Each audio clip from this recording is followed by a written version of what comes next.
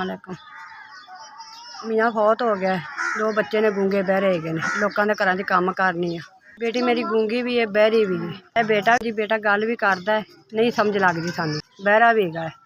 ठीक है, पुत्र मेरा ना काम कर सकता, जब खान ही है तो ना सुनता ना गिनता, असीं काम की सिखाइए। तो हुण मैं तो अपने बच्चों की को ना को आदम लोगों के घर काम करनी पई है। बच्चे तो पालने है, हुण मियाँ जो अल्लाह के कोल गया चला है, बेवा औरत है पुत्र। बड़ा औखा पास की जानी है, जुत्ती नहीं पै रही। हालात मेरे बड़े खराब ने, मेरी कोई खुदा वास्ते मदद की जाए।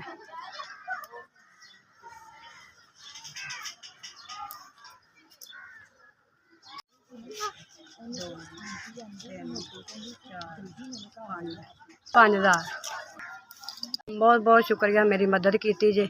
अल्लाह तुहानू अज करावे, तुहाडे बच्चों नू खैरी सलामती तंदुरुस्त बड़ी सारी उम्र देवे। 5000 रुपया मदद की जे मेरे गरीब यतीम बच्चों की। बहुत बहुत शुक्रिया मैं अदा करनी। मेरे बच्चों की मदद की जे, मेरी मदद की, तुहाडे बच्चों नू अल्लाह खैरी सलामती रब तंदुरुस्ती रब देवे, बड़ी सारी जिंदगी देवे। अल्लाह मियाँ अज वड्डा वड्डा औहदा देवेगा।